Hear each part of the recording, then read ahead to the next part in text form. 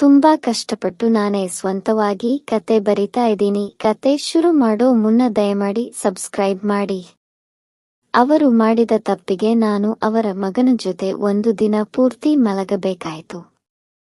ಅಂದು ಮುಸ್ಸಂಜೆ ವೇಳೆ, ಸಂಜೆ 6 ಗಂಟೆ ಆಗಿತ್ತು. ನಾನು ಟಿವಿಯ ಮುಂದೆ ಕುಳಿತು ಧಾರಾವಾಹಿ ನೋಡುತ್ತಿದ್ದೆ. ದಿಢೀರಂತ ಮನೆಯ ಮುಂದೆ ಆಂಬ್ಯುಲೆನ್ಸ್ನ ಸದ್ದು ಕೇಳಿತು. ನಾನು ಎದ್ದು ಆಚೆ ಬಂದು ನೋಡಿದೆ. ಅಲ್ಲಿ ನನ್ನ ಕಣ್ಣಿಗೆ ಕಂಡಿದ್ದು ನನ್ನ ಅಪ್ಪನ ಸಾವು. ನಾನು ಮುಗುಳ್ನಗುತ್ತಾ ಮತ್ತೆ ವಾಪಸ್ ಮನೆ ಒಳಗೆ ಹೋದೆ. ಈ ಪ್ರೀತಿ ಅನ್ನೋದು ಹೇಗೆ, ಯಾವಾಗ, ಯಾರಿಂದ ಯಾರ ಮೇಲೆ ಆಗುತ್ತೆ ಅಂತ ಯಾರಿಂದಲೂ ಹೇಳಕ್ಕಾಗಲ್ಲ. ಅದೇ ರೀತಿ ನನ್ನ ಜೀವನದಲ್ಲೂ ಇಬ್ಬರ ಮೇಲೆ ಪ್ರೀತಿ ಆಯ್ತು. ನನ್ನ ಜೀವನದಲ್ಲಿ ಎಲ್ಲವೂ ಇದ್ದರೂ ನಾನು ಏನೂ ಇಲ್ಲದ ಹಾಗೆ ಒಬ್ಬಂಟಿಯಾಗಿ ಜೀವನ ನಡೆಸುತ್ತಿದ್ದೇನೆ. ನಾನು ಒಂದು ಕಾಲೇಜಿನಲ್ಲಿ ಸೈನ್ಸ್ ಟೀಚರ್ ಆಗಿ ಕೆಲಸ ಮಾಡುತ್ತಿದ್ದೀನಿ. ಒಂದು ಪಿಜಿಯಲ್ಲಿ ವಾಸಿಸುತ್ತಿದ್ದೀನಿ. ಇಲ್ಲಿ ಎಲ್ಲರೂ ನನ್ನ ಜೊತೆ ತುಂಬಾ ಚೆನ್ನಾಗಿ ಇದ್ದಾರೆ. ನಾನು ಏನೇ ಮಾಡಿದರೂ ನನಗೆ ಪ್ರೋತ್ಸಾಹಿಸುತ್ತಾರೆ. ಒಂದು ರೀತಿಯಲ್ಲಿ ಹೇಳಬೇಕು ಅಂದ್ರೆ ಇವರೇ ನನ್ನ ಕುಟುಂಬದವರು ಅನಿಸುತ್ತದೆ ಒಂದೊಂದು ಬಾರಿ. ನಾನು ಈ ಊರಿಗೆ ಬಂದು ತುಂಬಾ ವರ್ಷಗಳೇ ಆಯಿತು. ಇಲ್ಲಿ ನನ್ನವರು ಯಾರೂ ಇಲ್ಲ ಅಂದರೂ ನನ್ನ ಜೊತೆ ಯಾರ್ಯಾರು ಇದ್ದಾರೋ ಅವರೆಲ್ಲರನ್ನೂ ನನ್ನವರೇ ಎಂದು ನಾನು ಅಂದುಕೊಂಡಿದ್ದೆ. ಕಾಲೇಜಿನಲ್ಲೂ ಕೂಡ ನಾನು ಅಂದರೆ ಎಲ್ಲರಿಗೂ ಇಷ್ಟ. ಯಾಕೆ ಅಂದ್ರೆ ನಾನು ಸ್ವಲ್ಪ ಮಾತು ಜಾಸ್ತಿ, ಕೆಲಸ ಕಮ್ಮಿ. ಅದಕ್ಕೆ ನನ್ನ ಸ್ಟೂಡೆಂಟ್ಸ್ಗಳಿಗೆ ನನ್ನ ಕ್ಲಾಸ್ ಅಂದರೆ ಬಹಳ ಇಷ್ಟ. ಯಾರೂ ಕೂಡ ಒಂದು ದಿನ ಕೂಡ ಮಿಸ್ ಮಾಡಿಕೊಳ್ಳದೆ ನನ್ನ ಕ್ಲಾಸ್ಗೆ ಹಾಜರಾಗುತ್ತಿದ್ದರು. ಹುಡುಗಿರಿಗಿಂತ ಹುಡುಗರಿಗೆ ನಾನು ಅಂದ್ರೆ ತುಂಬಾ ಇಷ್ಟ. ಅದು ಯಾಕೆ ಅಂತ ನನಗೆ ಇಲ್ಲಿವರೆಗೂ ಗೊತ್ತಾಗಿಲ್ಲ. ನಮ್ಮ ಕಾಲೇಜಿಗೆ ಸಮರ್ಥ್ ಅಂತ ಒಬ್ಬ ಹೊಸ ಹುಡುಗ ಅಡ್ಮಿಷನ್ ಆದ. ಒಂದು ದಿನ ಕಾಲೇಜಿನಲ್ಲಿ ಕ್ಲಾಸ್ ಮುಗಿಸಿ ಪ್ರಿನ್ಸಿಪಾಲ್ ರೂಮ್ ಅಲ್ಲಿ ಊಟ ಮಾಡುತ್ತಿದ್ದೆ. ಆಗ ಸಮರ್ಥ್ ಬಂದು, ನಿಮ್ಮತ್ರ 50 ರೂಪೀಸ್ ಇದ್ರೆ ಕೊಡಿ ಮೇಡಮ್, ನಾಳೆ ವಾಪಸ್ ತಂದು ಕೊಡ್ತೀನಿ ಅಂತ ಹೇಳಿದ. ನಿನಗೆ ಯಾಕೆ ಬೇಕು ಅಂತ ನಾನು ಅವನಿಗೆ ಕೇಳಿದೆ.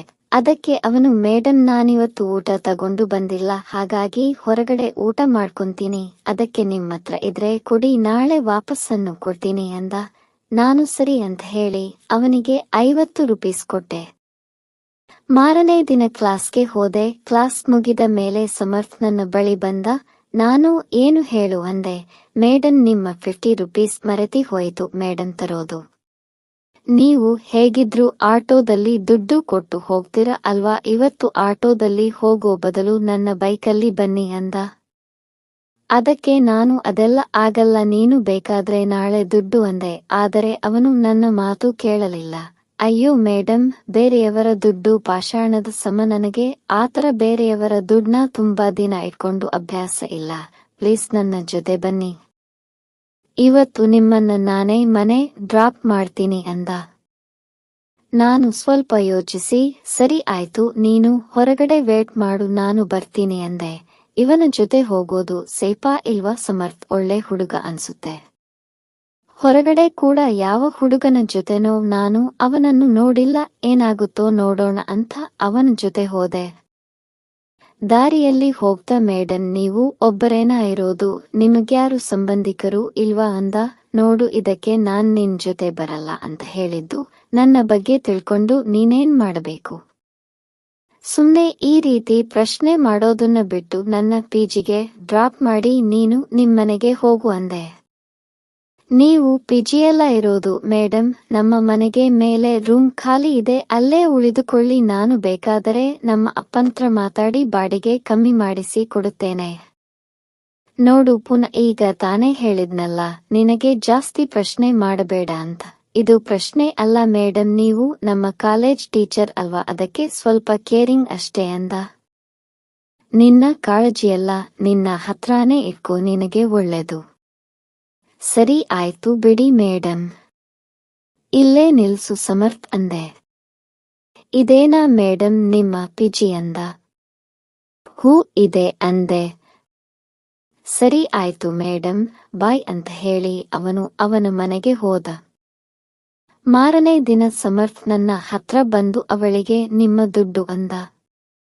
ಇವಾಗ ದುಡ್ಡು ಯಾಕೆ ಕೊಡ್ತಾ ಇದ್ಯಾ? ನೆನ್ನೆ ನೀನೇ ನನ್ನ ಮನೆಗೆ ಡ್ರಾಪ್ ಮಾಡ್ದಲ್ಲ, ನಾನು ತರ ಬೇರೆಯವರ ದುಡ್ಡೆಲ್ಲ ಇಟ್ಕೊಳ್ಳಲ್ಲ ಮೇಡಮ್, ನಿಮ್ಮ ದುಡ್ಡು ನೀವು ತಗೊಳ್ಳಿ ಅಂದ. ನೆನ್ನೆ ನೀನು ಏನು ಹೇಳಿದೆ, ನಿಮ್ಮ ಮನೆಗೆ ಬಿಡ್ತೀನಿ, ಅಲ್ಲಿಗೆ ಈ ದುಡ್ಡು ಸರಿ ಹೋಯಿತು ಅಂತ ಹೇಳಿದೆ ತಾನೇ? ನಾನು ಆತರ ಎಲ್ಲ ಹೇಳಿಲ್ಲ ಮೇಡಮ್. ಇವಾಗ ನೀವು ದುಡ್ಡು ತಗೊಳ್ಳಿಲ್ಲ ಅಂದ್ರೆ ಇವತ್ತು ಕೂಡ ನಾನು ನಿಮ್ಮ ಮನೆಯಲ್ಲಿ ಅಂದ. ಹೇ ಹುಚ್ಚ, ಸುಮ್ನೆ ಕ್ಲಾಸ್ ಹೋಗು ಅಂತ ಹೇಳಿ ಹೋಗ್ತಾ ಇದ್ದೆ ಮೇಡಮ್, ಆಚೆ ನಿಮ್ಗೋಸ್ಕರ ಕಾಯ್ತಾ ಇರ್ತೀನಿ ಬನ್ನಿ ಅಂದನು. ನಾನು ಕ್ಲಾಸ್ ಮುಗಿಸಿ ಆಚೆ ಹೋದೆ. ಅಲ್ಲಿ ಅವನು ಬೈಕ್ ಮೇಲೆ ಕುಳಿತು ಕಾಯುತ್ತಿದ್ದ. ರೋಡಲ್ಲಿ ಯಾರೋ ಒಬ್ಬ ವ್ಯಕ್ತಿ ಬಿದ್ದು ಯಾರಾದರೂ ನೀರು ಕೊಡಿ ಅಮ್ಮ, ಯಾರಾದರೂ ನೀರು ಕೊಡಿ ಅಂತ ಹೇಳುತ್ತಿದ್ದ. ಆ ವ್ಯಕ್ತಿ ತುಂಬಾ ಗಲೀಜಾಗಿ ಬಟ್ಟೆ ಹಾಕಿದ. ಅದಕ್ಕೆ ಅವನ ಬಳಿ ಜನಗಳು ಯಾರೂ ಹೋಗುತ್ತಿರಲಿಲ್ಲ. ನಾನು ನನ್ನ ಬ್ಯಾಗಿಂದ ಬಾಟಲ್ ತೆಗೆದು ಅವನಿಗೆ ಕೊಡೋಕೆ ಹೋಗುತ್ತಿದ್ದೆ. ಅಷ್ಟರಲ್ಲಿ ಸಮರ್ಥ್ ಅವರನ್ನು ಮೇಲೆತ್ತಿ ಕೂರಿಸಿ ನೀರನ್ನು ಕುಡಿಸಿದ. ಆಗ ವ್ಯಕ್ತಿ, ನಿನ್ನಿಂದ ತುಂಬಾ ಉಪಕಾರ ಆಯ್ತು. ನಾನು ಅವಾಗಿಂದ ನೀರು ನೀರು ಅಂತ ಕೇಳ್ತಾನೆ ಇದೆ, ಯಾರೂ ಕೊಡಲಿಲ್ಲ. ನೀನು ತುಂಬಾ ಒಳ್ಳೆ ವ್ಯಕ್ತಿ ಅಪ್ಪ, ಆ ದೇವರು ಒಳ್ಳೆಯದು ಮಾಡಲಿ ನಿನಗೆ ಅಂದರು. ಸಾರ್, ನೀವು ಎಲ್ಲಿಗೆ ಹೋಗಬೇಕು ಹೇಳಿ, ನಾನು ಬಿಡ್ತೀನಿ ಮಾಡ್ತೀನಿ ಅಂತ ಸಮರ್ಥ ಹೇಳಿದ. ಅವರು, ಬೇಡ ಬಿಡಪ್ಪ, ನಿನಗೆ ಯಾಕೆ ತೊಂದರೆ, ನಾನು ಬಸ್ಸಲ್ಲಿ ಹೋಗ್ತೀನಿ. ಬೇಡ ಬಿಡಪ್ಪ, ನಿನಗೆ ಯಾಕೆ ತೊಂದರೆ, ನಾನು ಬಸ್ಸಲ್ಲಿ ಹೋಗ್ತೀನಿ ಎಂದರು. ಸರ್, ನಿಮ್ಮಲ್ಲಿ ತುಂಬಾ ಸುಸ್ತಾಗಿದ್ದೀರಾ, ಇವೆಲ್ಲ ಹೋಗ್ಬೇಕು ಹೇಳಿ, ನಾನ್ ನಿಮ್ಗ್ ಬಿಡ್ತೀನಿ ಅಂತ ಹೇಳಿ ಅವರನ್ನು ಬೈಕ್ ಮೇಲೆ ಕೂರಿಸಿಕೊಂಡು ಹೋದನು. ನಾಳೆ ಅವನು ಬಂದು ಇವತ್ತು ಬಿಡ್ಲಾ ಅಂದನು. ನಿನಗ್ ಒಂದ್ಸಲಿ ಹೇಳ್ದೆ ಅರ್ಥ ಆಗಲ್ವಾ? ನಾನು ದಿನನಿತ್ಯ ಹೇಗೆ ಮಾಡೋದು ಹಾಗೆ ಹೋಗ್ತೀನಿ, ನೀನು ನನ್ನ ಮೇಲೆ ಯಾವುದೇ ತರ ಕಾಳಜಿ ತೋರಿಸುವುದು ಬೇಡ ಅಂತ ಅವನಿಗೆ ಹೇಳಿದೆ. ಅವನು ಏನು ಮಾತನಾಡದೆ ಸೈಲೆಂಟಾಗಿ ಹೊರಟು ಹೋದ. ನಂತರ ಯಾಕೋ ನನಗೆ ಬೇಜಾರಾಯ್ತು. ಅವನು ಆಚೆ ನನಗಾಗಿ ಕಾಯುತ್ತಿದ್ದನು. ಏನು ನನಗೆ ಗೊತ್ತಿಲ್ಲ, ಆದರೆ ಸುಮಾರು ಸಮಯ ಅಲ್ಲೇ ನಿಂತಿದ್ದ. ನಾನು ಅವನ ಬಳಿ ಹೋಗಿ, ನಡೆಯಿರಿ ಸಾರ್, ನನ್ನ ಮನೆಗೆ ಬಿಡಿ ಅಂದೆ. ಅವನು ಬಹಳ ಖುಷಿಯಿಂದ, ನೀವು ಹೇಳೋದ್ ಹೆಚ್ಚ, ನಾನು ನಿಮ್ಮನ್ನ ಬಿಡೋದೇಚ, ಬನ್ನಿ ಹತ್ತಿ ಅಂದನು. ರಸ್ತೆಯಲ್ಲಿ ಹೋಗ್ತಾ ಇದ್ದಂತೆ ಅವನು, ಮೇಡಮ್ ಪಾನಿಪುರಿ ತಿನ್ನೋಣ ಪ್ಲೀಸ್, ಬೇಡ ಅನ್ಬೇಡಿ ಪ್ಲೀಸ್ ಅಂದನು. ಸರಿ ಆಯ್ತು ನಡಿ ಅಂದೆ. ಇದು ಹೀಗೆ ಮುಂದುವರಿಯುತ್ತದೆ. ದಿನೇ ದಿನೇ ಅವನೇ ನನ್ನನ್ನು ಮನೆಗೆ ಬಿಡುತ್ತಿದ್ದ. ಅವನು ನನಗೆ ಪರಿಚಯವಾದಾಗಿಂದ ನನ್ನ ಜೀವನ ತುಂಬಾ ಸುಂದರ ಅನಿಸಿತು. ಅವನನ್ನು ಒಂದು ದಿವಸ ಕೂಡ ನೋಡದೆ ನನಗೆ ಇರುವುದಕ್ಕೆ ಆಗುತ್ತಿರಲಿಲ್ಲ. ನನ್ನ ವಯಸ್ಸನ್ನು ಅವನ ವಯಸ್ಸನ್ನು ಲೆಕ್ಕಿಸದೆ ನಾನು ಅವನನ್ನು ತುಂಬಾ ಪ್ರೀತಿಸಲು ಶುರು ಮಾಡಿದೆ. ಆದರೆ ಅದನ್ನು ಅವನಿಗೆ ಹೇಳುವುದಕ್ಕೆ ಆಗುತ್ತಿರಲಿಲ್ಲ. ಯಾಕೆಂದರೆ ಅವನು ನನಗಿಂತ ವಯಸ್ಸಿನಲ್ಲಿ ತುಂಬಾ ಚಿಕ್ಕವನು. ಹಾಗಾಗಿ ನನಗೆ ಅವನ ಮೇಲಿದ್ದ ಪ್ರೀತಿಯನ್ನು ಅವನಿಗೆ ಹೇಳಲು ಮುಜುಗರವಾಗುತ್ತಿತ್ತು. ಆದರೆ ಒಂದು ದಿನ ಕ್ಲಾಸ್ ರೂಮಿನಲ್ಲಿ ನಾನು ಒಬ್ಬಳೇ ಕುಳಿತಿದ್ದೆ. ಅವತ್ತು ನನ್ನ ಹುಟ್ಟುಹಬ್ಬ. ಆಗ ಅವನು ನನ್ನ ಬಳಿ ಒಂದು ಹಾರ್ಟ್ ಶೇಪಿನ ಕೇಕ್ ಅನ್ನು ತಂದು ನನ್ನ ಮುಂದೆ ಇಟ್ಟನು. ಇದೇನಿದು ಅಂದೆ. ಇವತ್ತು ನಿಮ್ಮ ಹುಟ್ಟಿದ ಹಬ್ಬ ಅಂತ ನನಗೆ ಗೊತ್ತು ಮೇಡಮ್, ಕೇಕ್ ಕಟ್ ಮಾಡಿ ಎಂದನು. ನಾನು ಕೇಕ್ ಕಟ್ ಮಾಡಿ ಅವನಿಗೆ ತಿನ್ನಿಸಿದೆ. ಅವನು ಕೂಡ ನನಗೆ ತಿನ್ನಿಸಿದ.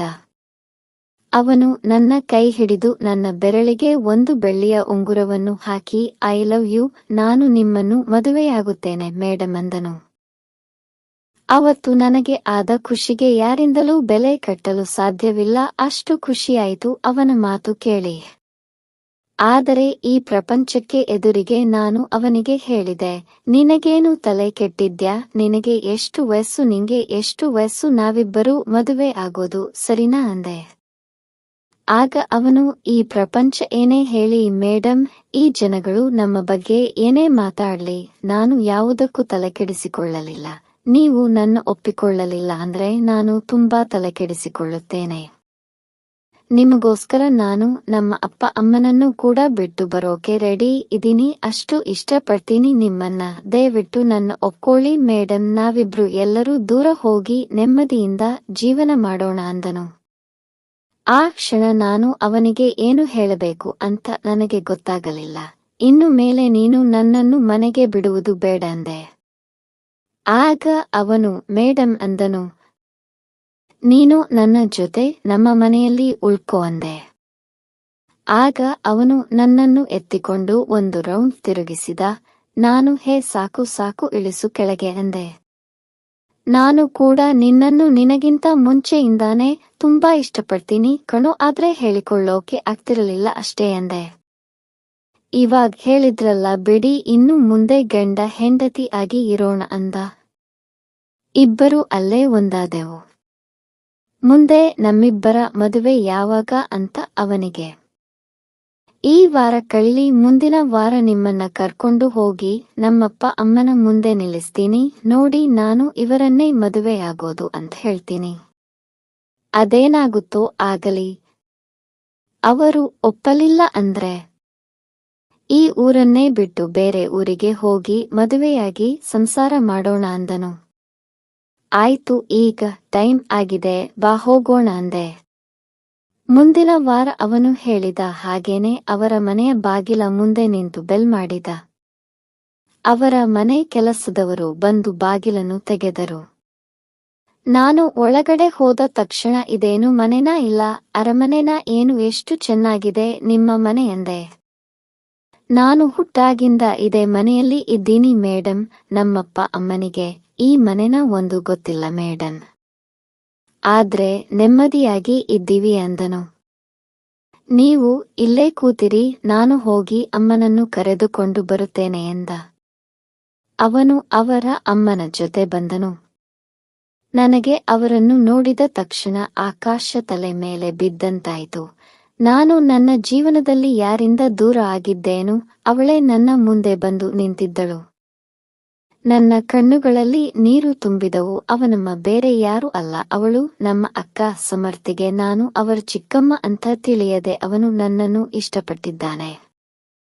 ನಾನು ಅವನು ನನ್ನ ಅಕ್ಕನ ಮಗ ಅಂತ ತಿಳಿಯದೆ ಅವನ ಮೇಲೆ ಆಸೆ ಪಟ್ಟೆ. ಅವನು ಅವರ ಅಮ್ಮನೊಂದಿಗೆ, ಅಮ್ಮ ನಾನು ಇವರನ್ನು ತುಂಬಾ ಇಷ್ಟಪಡುತ್ತಿದ್ದೇನೆ, ನಾನು ಮದುವೆ ಆದರೆ ಇವರನ್ನೇ ಆಗೋದು ಅಂದ. ಅವಳು ಅವನ ಕಪಾಲಕ್ಕೆ ಒಂದು ಬಾರಿಸಿದಳು. ಅವನು ಯಾಕಮ್ಮ ಹೊಡೆದಿದೆ, ಏನಾಯ್ತು ಅಂದ. ಅವಳು ನನ್ನನ್ನು ಕೇಳಿದಳು, ನೀನು ಇನ್ನೂ ಬದುಕಿದ್ದೀಯಾ, ಅದಕ್ಕೆ ನಾನು ಬದುಕಿರೋವರೆಗೂ ನಿನ್ನ ಮುಖ ನೋಡಬಾರದು ಅಂತ ಅಂದುಕೊಂಡಿದ್ದೆ, ಆದರೆ ವಿಧಿ ನೋಡು ನಿನ್ನ ಮಗನನ್ನೇ ನಾನು ಪ್ರೀತಿಸುವಂತಾಯ್ತು ಅಂದೆ. ಅಮ್ಮ ಯಾಕ್ ಈ ರೀತಿ ಮಾತಾಡ್ತಾ ಇದ್ದೀಯಾ, ಏನಾಯ್ತು ನಿನ್ಗೆ ಅಂದನು. ಏನಾಯ್ತ, ಇವಳು ಯಾರು ಅಂತ ಗೊತ್ತಿಲ್ಲ ನಿಂಗೆ. ಗೊತ್ತೋ ಅಮ್ಮ, ಎಲ್ಲ ಗೊತ್ತಿದೆ, ನಾನು ಇಷ್ಟಪಟ್ಟಿರೋದು ನೀವ್ಯಾರು ಏನೇ ಹೇಳಿದರೂ ನಾನು ಇವರ ಜೊತೆನೇ ಇರ್ತೀನಿ ಅಂದನು. ಇವಳು ನನ್ನ ಸ್ವಂತ ತಂಗಿ ಅಂದ್ರೆ ಇವಳು ನಿನಗೆ ಚಿಕ್ಕಮ್ಮ ಆಗಬೇಕು ಅಂದಳು. ನೋ ಅಮ್ಮ, ಏನ್ ಹೇಳ್ತಾ ಇದ್ಯಾ ನೀನು, ಇವರು ನನ್ ಚಿಕ್ಕಮ್ಮನ ಅಂದನು. ಹೌದು, ನೀನು ಅವರಿಗೆ ಮಗನ ಸಮ ಅಂದಳು. ಅಮ್ಮ ದಯವಿಟ್ಟು ಸ್ವಲ್ಪ ಅರ್ಥ ಆಗೋತರ ಹೇಳು ಅಮ್ಮ, ನನಗೊಂದು ಅರ್ಥ ಆಗ್ತಾ ಇಲ್ಲ ಅಂದನು. ಅದನ್ನ ನಾನು ಹೇಳ್ತೀನಿ ಸಮರ್ಥ್, ನನ್ನ ಜೊತೆ ಬಾ ಅಂತ ಅವನನ್ನು ಕರ್ಕೊಂಡು ಹೋದೆ. ಈಗ ಹೇಳಿ ನೀವು ನಿಜ ನಮ್ಮಮ್ಮನ ತಂಗಿನ ಅಂದನು. ಅದೊಂದು ದೊಡ್ಡ ಕತೆ. ನಮ್ಮದು ಒಂದು ಚಿಕ್ಕ ಹಳ್ಳಿ, ಆ ಹಳ್ಳಿಯಲ್ಲಿ ನಾವೇ ದೊಡ್ಡ ಮನೆತನದವರು. ಆ ಮನೆಯಲ್ಲಿ ಅಪ್ಪ ಅಮ್ಮ, ಒಂದು ಅಕ್ಕ, ಇನ್ನೊಂದು ನಾನು ಇದ್ದೆವು. ಸಿಟಿಯಲ್ಲಿ ನಮಗೆ 3 ಮನೆ ಇದ್ದರು. ಅಪ್ಪ ಅಮ್ಮ ಅದನ್ನೆಲ್ಲ ಬಾಡಿಗೆಗೆ ಕೊಟ್ಟು ಈ ಹಳ್ಳಿಯಲ್ಲಿ ಉಳಕೊಂಡರು. ಅವರಿಗೆ ಹಳ್ಳಿ ಅಂದರೆ ಅಷ್ಟು ಇಷ್ಟ. ಅಲ್ಲಿನ ಅಚ್ಚ ಹಸಿರಿನ ವಾತಾವರಣ, ಅಲ್ಲಿನ ಜನ, ಹೊಲಗದ್ದೆ, ತೋಟ ಇವೆಲ್ಲವೂ ಅವರಿಗೆ ಅಚ್ಚುಮೆಚ್ಚು. ಹೀಗಾಗಿ ಅಪ್ಪ ಅಮ್ಮ ಸಿಟಿಗೆ ಹೋಗುವ ನಿರ್ಧಾರ ಮಾಡಲಿಲ್ಲ, ಇಲ್ಲೇ ಉಳಿದರು. ಚಿಕ್ಕ ವಯಸ್ಸಿಂದನೂ ನಮ್ಮಪ್ಪಂಗೆ ನನ್ ಕಂಡ್ರೆ ಬಹಳ ಇಷ್ಟ. ಆದರೆ ನಮ್ಮಮ್ಮ ಆತರ ಅಲ್ಲ, ಅವರಿಗೆ ಇಬ್ಬರು ಕಂಡ್ರು ತುಂಬಾ ಇಷ್ಟ. ನಂದು ಕಪ್ಪು ಬಣ್ಣ, ನಾನು ನೋಡಲು ಅಷ್ಟು ಏನೂ ಚೆನ್ನಾಗಿರಲಿಲ್ಲ, ಆದರೆ ನಮ್ಮಕ್ಕನಂತರಲ್ಲ, ಅವಳು ತುಂಬಾ ಸುಂದರವಾಗಿದ್ದಳು. ಆದರೆ ನನ್ನ ಓದುವುದರಲ್ಲಿ, ಮನೆ ಕೆಲಸ ಮಾಡುವುದರಲ್ಲಿ, ಅಡಿಗೆ ಮಾಡುವುದರಲ್ಲಿ ಇವೆಲ್ಲದರಲ್ಲೂ ಅವಳಿಗಿಂತ ನಾನೇ ಮುಂದೆ. ಅವಳಿಗೆ ಏನು ಮಾಡಲು ಬರುತ್ತಿರಲಿಲ್ಲ. ಓದುವುದರಲ್ಲಿ ನಾನು 100ಕ್ಕೆ 100 ಮಾರ್ಕ್ಸ್ ತೆಗೆಯುತ್ತಿದ್ದೆ, ಆದರೆ ಅವಳು 100ಕ್ಕೆ 5, 6 ತೆಗೆಯುತ್ತಿದ್ದಳು. ಹೀಗಾಗಿ ನಮ್ಮಪ್ಪನಿಗೆ ಅವಳ ಕಂಡ್ರೇನೇ ಆಗುತ್ತಿರಲಿಲ್ಲ. ನಮ್ಮಪ್ಪ ಏನೇ ತಂದರೂ ನನಗೆ ಮಾತ್ರ ತರುತ್ತಿದ್ದರು, ಅವಳಿಗೆ ಏನೂ ತರುತ್ತಿರಲಿಲ್ಲ. ಅವರಿಗೆ ಅವಳನ್ನು ಕಂಡರೆ ಒಂಚೂರು ಇಷ್ಟ ಇರಲಿಲ್ಲ. ಆದ್ರೆ ನನಗೆ ಅಕ್ಕ ಅಂದ್ರೆ ತುಂಬಾ ಇಷ್ಟ ಆಯ್ತು. ನಾನು ಚೆನ್ನಾಗಿ ಓದಿ ಡಿಗ್ರಿ ಮುಗಿಸಿದೆ, ಆದರೆ ಅವಳು ಎಸ್ಎಲ್ಸಿಲೇ ಫೇಲ್ ಆಗಿ ಮನೆಯಲ್ಲಿದ್ದಳು. ನಮ್ಮಪ್ಪ ನನಗೆ ಮದುವೆ ಮಾಡಲು ಸಿಟಿಯಲ್ಲಿರುವ ಅವರ ಸ್ನೇಹಿತನ ಮಗನನ್ನು ಮನೆಗೆ ಕರೆಸಿದರು. ಅವರಿಗೆ ನಾನ್ ಇಷ್ಟ ಅನ್ನೋ ಎಲ್ಲೋ ಗೊತ್ತಿಲ್ಲ, ಆದರೆ ನನಗೆ ಅವರನ್ನು ನೋಡಿದ ತಕ್ಷಣ ಇಷ್ಟಾದರು. ನಾನು ಈ ಮದುವೆಗೆ ಒಪ್ಪಿಗೆ ಕೊಟ್ಟೆ. ಮದುವೆ ದಿನ ನಾನು ಹಸೆಮಣೆ ಮೇಲೆ ಅವರಿಗಾಗಿ ಕಾಯ್ತಾ ಕುಳಿತಿದ್ದೆ. ಆದರೆ ಅವರು ಬರಲೇ ಇಲ್ಲ. ಮನೆಯಲ್ಲಿ ಎಲ್ಲರೂ ಅವರಿಗಾಗಿ ಹುಡುಕಾಡಿದರು. ಅವರು ಎಲ್ಲಿ ಕೂಡ ಸಿಗಲಿಲ್ಲ. ನನ್ನ ಅಕ್ಕ ಕೂಡ ಕಾಣಿಸುತ್ತಿರಲಿಲ್ಲ. ಆಗ ತಿಳಿಯಿತು, ನನ್ನ ಅಕ್ಕ ತನ್ನ ಸೌಂದರ್ಯದಿಂದ ಅವರನ್ನು ಮೋಡಿ ಮಾಡಿ ಅವರ ಜೊತೆ ಓಡಿ ಹೋಗಿದ್ದಾಳೆ ಎಂದು. ಈ ವಿಷಯ ಗೊತ್ತಾದ ಮೇಲೆ ನನಗಿಂತ ನಮ್ಮ ಅಪ್ಪ ಅಮ್ಮನಿಗೆ ಸಿಡಿಲು ಬಡದಂತಾಯಿತು. ಅಪ್ಪ ಯಾವಾಗಲೂ ಅದನ್ನೇ ನೆನೆಸಿಕೊಂಡು ಕೊರಗುತ್ತಿದ್ದರು. ನಮ್ಮ ಮನೆಯ ಮೊದಲನೇ ಶುಭ ಕಾರ್ಯವೇ ಈ ರೀತಿ ಆಗೋಯ್ತಲ್ಲ ಅಂತ. ಇದಾಗಿ 3 ತಿಂಗಳ ನಂತರ ಅವಳು ಮನೆಗೆ ಬಂದಳು. ಅಪ್ಪ ಅಮ್ಮ ಅವಳಿಗೆ ಚೆನ್ನಾಗಿ ಬೈದರು. ಅವಳು ಅಳುತ್ತಾ, ಅಪ್ಪ ಅಮ್ಮ, ನನಗೆ ಅರ್ಜೆಂಟಾಗಿ 10 ಲಕ್ಷ ಬೇಕು. ಅವರು ಯಾರಿಗೂ ಸಾಲ ಕೊಟ್ಟು ಮೋಸ ಹೋಗಿದ್ದಾರೆ. ಈಗ ಬ್ಯಾಂಕ್ನವರ ಅವರು ದಿನನಿತ್ಯ ಮನೆಯತ್ರ ಬಂದು ಗಲಾಟೆ ಮಾಡುತ್ತಿದ್ದಾರೆ. ನಿಮ್ಮ ಕಾಲು ಹಿಡಿದುಕೊಳ್ಳುತ್ತೇನೆ, ದಯವಿಟ್ಟು ನನಗೆ ಹಣ ಕೊಡಿ ಎಂದಳು. ಅಪ್ಪ ಅಮ್ಮ ನನ್ನ ಕಡೆ ನೋಡಿದರು. ನಾನು ಕೊಡಿ ಎಂದು ತಲೆ ಅಲ್ಲಾಡಿಸಿ ಮನೆಯಿಂದ ಆಚೆ ಹೋದೆ. ಇವಳು ಮೊದಲೇ ಎಲ್ಲಾ ಪ್ಲಾನ್ ಮಾಡಿಕೊಂಡು ಬಂದಿದ್ದಳು. ಅವಳು ನಮ್ಮ ಆಸ್ತಿಯಲ್ಲಿ 1 ಇಂಚು ಕೂಡ ಬಿಡದೆ ಎಲ್ಲ ಅವಳ ಹೆಸರಿಗೆ ಅಪ್ಪನ ಕೈಯಿಂದ ಬರೆಸಿಕೊಂಡ ಹಾಗೆ ಆಸ್ತಿ ಪತ್ರಗಳನ್ನು ರೆಡಿ ಮಾಡಿ ತಂದಿದ್ದಳು. 10 ಲಕ್ಷ ಚೆಕ್ ಪೇಪರ್ಗಳಿಗೂ ಅವಳು ಸಹಿ ಹಾಕುವ ಸಮಯದಲ್ಲಿ ಆ ಪೇಪರ್ಗಳಿಗೂ ಅವಳು ಸಹಿ ಹಾಕಿಸಿಕೊಂಡಳು. ಇದೆಲ್ಲ ಅವಳಿಗೆ ಬರುವುದಿಲ್ಲ, ಇದೆಲ್ಲ ನಿಮ್ಮಪ್ಪನ ಪ್ಲಾನ್ ಆಗಿ ಇತ್ತು. ಇದೆಲ್ಲ ಆದ ಮೇಲೆ ಅಪ್ಪ ತೋಟಕ್ಕೆ ಹೋದರು. ಆದರೆ ಅವರು ಅಲ್ಲಿಗೆ ಹೋದ ಮೇಲೆ ಅಕ್ಕ ಈ ರೀತಿ ಮಾಡಿರುವುದು ತಿಳಿಯಿತು. ಏನೂ ಗೊತ್ತಿಲ್ಲ. ಆದರೆ ಮತ್ತೆ ವಾಪಸ್ ಮನೆಗೆ ಬಂದಿದ್ದು ಅವರ ದೇಹ ಮಾತ್ರ, ಅವರ ಆತ್ಮ ನಮ್ಮನ್ನೆಲ್ಲ ಬಿಟ್ಟು ಹೋಗಿತ್ತು. ಸಂಜೆ ಆಂಬ್ಯುಲೆನ್ಸ್ ಬಂದು ಮನೆ ಮುಂದೆ ನಿಂತಾಗ ಅಕ್ಕ ಮುಗುಳ್ನಗುತ್ತ ಒಳಗೆ ಬಂದಳು. ನಾನು ಆಚೆ ಓಡಿ ಹೋಗಿ ನೋಡಿದೆ, ಅಪ್ಪ ಚಿರ ನಿದ್ರೆಗೆ ಜಾರಿದರು. ಅಪ್ಪನನ್ನು ನೋಡಿ ಅಮ್ಮನಿಗೆ ಅಲ್ಲೇ ಹೃದಯಘಾತವಾಯಿತು. ಅಮ್ಮ ಕೂಡ ನನ್ನನ್ನು ಬಿಟ್ಟು ಹೋದಳು. ನಾನು ತುಂಬಾ ಅಳುತ್ತಾ ಗೋಳಾಡುತ್ತಿದ್ದೆ. ಆದರೆ ಅಕ್ಕನ ಮುಖದಲ್ಲಿ ಒಂದು ಚೂರು ದುಃಖವಿರಲಿಲ್ಲ. ಅವರ ಕಾರ್ಯಗಳೆಲ್ಲ ಮುಗಿದ ಮೇಲೆ ಅಕ್ಕ ಅವಳ ಗಂಡನನ್ನು ಕರೆದುಕೊಂಡು ನನ್ನ ಬಳಿ ಬಂದಳು. ನೀನೊಬ್ಬಳೇ ಹಳ್ಳಿ ಮನೇಲಿ ಇರ್ತೀಯ, ನಮ್ಮ ಮನೆಗೆ ಬಂದುಬಿಡು. ಹೇಗಿದ್ರು ನಮ್ಮನೆ ಕೆಲಸಕ್ಕೆ ಯಾರೂ ಇಲ್ಲ, ನೀನೇ ಕೆಲಸ ಮಾಡಿಕೊಂಡು ಹೋಗುವೆ ಅಂದರು. ನಾನು ಹಳ್ಳಿ ಬಿಟ್ಟು ಎಲ್ಲಿಗೂ ಬರುವುದಿಲ್ಲ ಅಂದೆ. ಅದಕ್ಕೆ ಅವಳು, ಇನ್ನೂ ನಿನಗೆ ಕೊಬ್ಬು ಹೇಳೋದಿಲ್ಲ ಅಲ್ವಾ ಅಂದಳು. ಆಗ ನಾನು, ಅಕ್ಕ ಯಾಕ್ ಈ ರೀತಿ ಮಾತಾಡ್ತೀಯಾ? ನಾನು ನಿನ್ನ ತಂಗಿ ಅಲ್ವಾ ಅಂದೆ. ನೀನ್ಯಾವ ಸೀಮೆ ತಂಗಿ? ನನಗೆ ಚಿಕ್ಕ ವಯಸ್ಸಿಂದಾನೂ ನಿನ್ನ ಮೇಲೆ ಪ್ರೀತಿ ಅನ್ನೋದೇ ನನಗಿಲ್ಲ. ನಿನ್ನ ಮೇಲೆ ನನಗೆ ಇದ್ದಿದ್ದು ಬರೀ ದ್ವೇಷಾನೇ.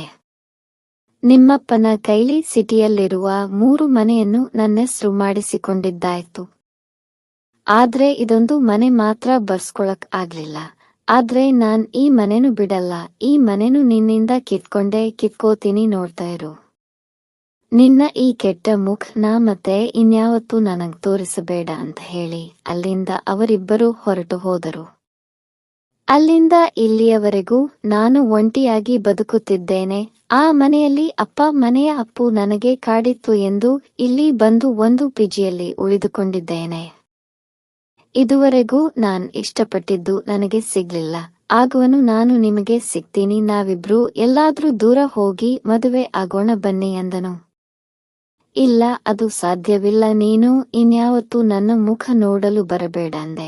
ಹಾಗೆಲ್ಲ ಹೇಳ್ಬೇಡಿ, ನಿನ್ನ ಬಿಟ್ಟು ಬದುಕೋ ಶಕ್ತಿ ನನಗಿಲ್ಲ ಅಂದನು.